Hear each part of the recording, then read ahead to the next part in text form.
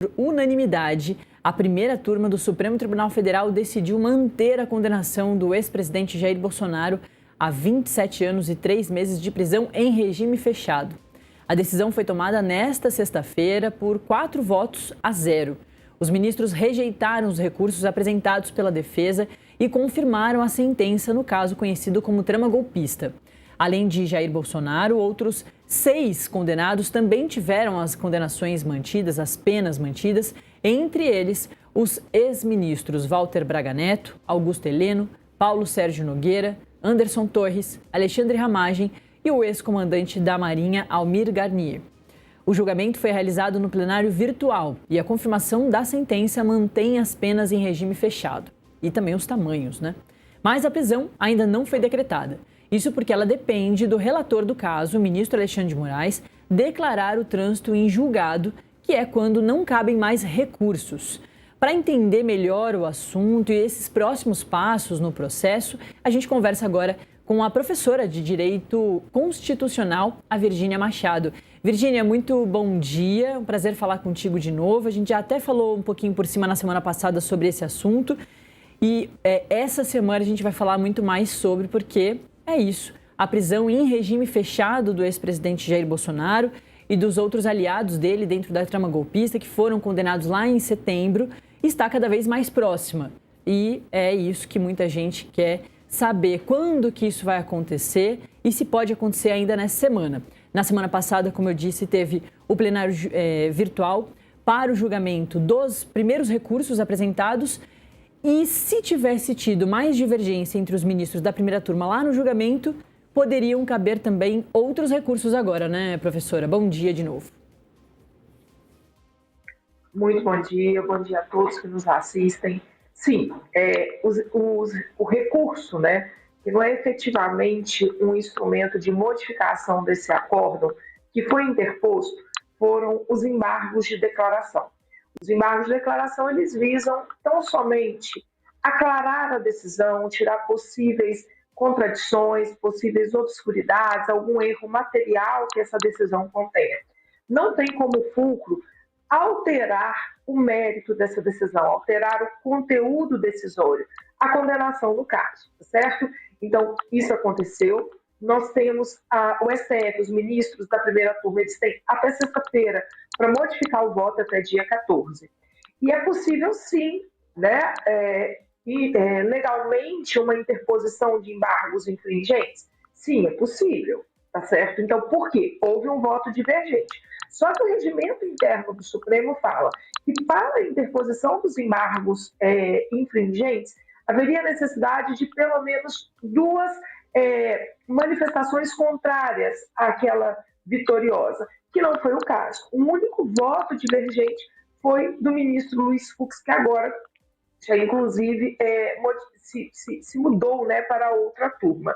Então, neste momento, pela jurisprudência do STF, por todo esse contorno que a gente expõe aqui, é difícil que aconteça um novo recurso e ele seja, inclusive, até analisado, né? Porque o relator ele pode observar que, primeiro, a jurisprudência e o regimento interno do Supremo entende que não, os embargos infringentes não podem ser interpostos, porque a divergência foi só de um ministro, e 2, eles poderiam ter efeitos meramente protelatórios. Virgínia, então você está pontuando que até o dia 14 não tem como o ministro relator declarar trânsito em julgado, certo?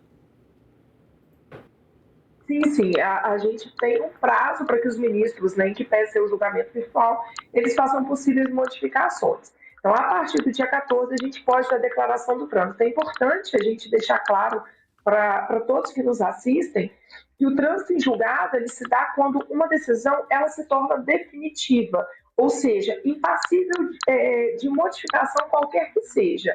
Se dá ou porque o réu não recorreu. No caso do Mauro Cid, por exemplo, ele não apresentou recursos. A decisão para o Mauro Cid ela já transitou em julgado, tá certo? Para aqueles que optam por apresentar recursos, é só quando todos esses prazos, todas essas oportunidades, né, dessa revisão dessa decisão acontece. Aí sim, o trânsito em julgado é estabelecido, a certidão de trânsito é emitida pelo tribunal.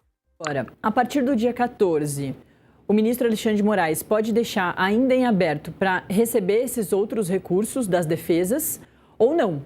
A partir do dia 14, ele realmente pode entender que tudo foi dado às defesas e agora o processo se encerrou, pelo menos dentro do Supremo Tribunal Federal, que é a mais alta corte da justiça brasileira. E também pensando que depois disso tudo, além das penas começarem a ser cumpridas, os militares, inclusive o ex-presidente Jair Bolsonaro, também serão julgados ou passarão pela justiça militar, né, Virgínia? Sim, sim. Na verdade, o que pode acontecer é até mesmo uma certidão antecipada de trânsito, numa hipótese como você está estabelecendo aí, vão impor outros embargos. Porque o que acontece? É possível que a defesa, e não é algo, é um absurdo se fazer isso, não. É a estratégia da defesa, ela está no papel dela. A gente tem que entender que no processo dialogam defesa e acusação, e a defesa quer e vai prezar pela liberdade, pelo atraso do trânsito em julgado mesmo. É uma estratégia e está tudo certo, né? Então, a defesa pode interpor novos embargos de declaração? Pode. Até embargos de declaração podem ser interpostos para essa decisão que foi dada agora destes primeiros embargos. Se porventura a defesa falar que tem obscuridade, falta de clareza, contradição, erro material e por aí vai. Só que é claro que os magistrados, né, os ministros do Supremo, eles têm ciência se estes embargos, né, visam apenas atrasar esse trânsito em julgado, que é o que a gente chama de medidas meramente protelatórias. E aí, o que acontece? Pode haver essa certidão antecipada de trânsito e também haver sanções dentro do processo para o réu que visa ali atrasar o curso, porque o processo ele tem uma marcha processual, ele tem um desencadear normal previsto na legislação. Os recursos são possíveis? São, como mecanismos de defesa, mecanismos de revisão, e são justos, desde que usados da forma e com a finalidade que a lei estabelece. E aí, professora, assim que for declarado o trânsito em julgado, aí tem essa fase do ministro relator entender onde que essas penas, todas aí em regime fechado, tirando a do Mauro Cid, que era em regime aberto, 2 anos de prisão em regime aberto, que era o delator, isso tudo já vinha sendo combinado, inclusive para a delação dele, então Mauro Cid não entra aí nessa conta toda. Mas todos os outros, né, inclusive o ex-presidente Jair Bolsonaro, que tem as penas grandes em regime fechado, aí tem essa segunda fase em que o ministro relator escolhe, né, define onde que cada um deles deve cumprir essas penas. Isso já acontece na declaração do ministro de trânsito em julgado e ele já informa para onde, né, esses condenados devem ser encaminhados? É importante também essa sua pergunta para que os nossos telespectadores entendam como que é a dinâmica do processo penal. Se fosse uma ação que corresse na primeira instância, por exemplo, uma situação de homicídio, tráfico de drogas na primeira instância, a gente tem o juiz da condenação, que é o que vai dar a sentença, que é o que vai estabelecer o quantum de pena aquele indivíduo vai cumprir, tá certo? E depois do trânsito em julgado, esse processo ele muda de mãos. Ele vai para o juiz da execução. Então, tem um juiz da vara de execuções penais, que é o responsável pelo caminho deste preso a partir dessa condenação. Muito bem.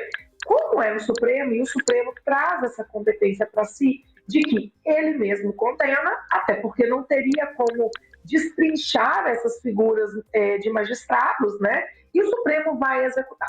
Então, com a certidão de trânsito, vai ter, claro, a definição do encaminhamento. É como se fossem 2 juízes atuando, né? A definição de encaminhamento para qual unidade prisional, para qual estabelecimento penal o indivíduo vai cumprir.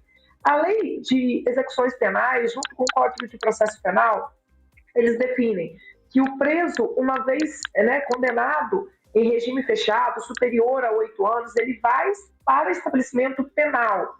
No caso do ex-presidente Jair Bolsonaro, a gente tem que levar em consideração todas as circunstâncias que envolvem a sua figura. Ele é um ex-presidente da República, né, tem toda a deferência relativa ao cargo dele, Ele também é um militar da reserva. Então, quais são os possíveis cenários de locais de cumprimento de pena para o ex-presidente, que a gente observa e que se ventila no atual momento? A Papuda, né, o complexo penitenciário da Papuda, que fica em Brasília. Bolsonaro iria para, segundo a legislação, para uma cela comum, perfeito.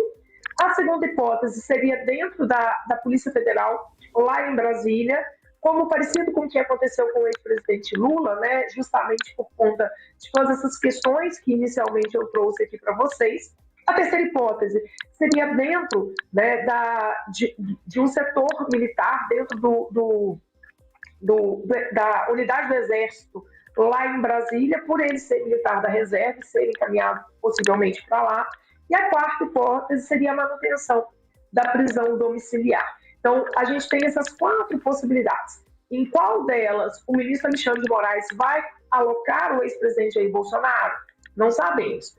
Recentemente, a gente viu, né, tanto o ex-presidente Fernando Collor passou alguns dias dentro de uma unidade prisional, depois foi cumprir medida de prisão dentro da sua casa em prisão domiciliar. Pode ser que aconteça algo desse gênero com o ex-presidente Jair Bolsonaro.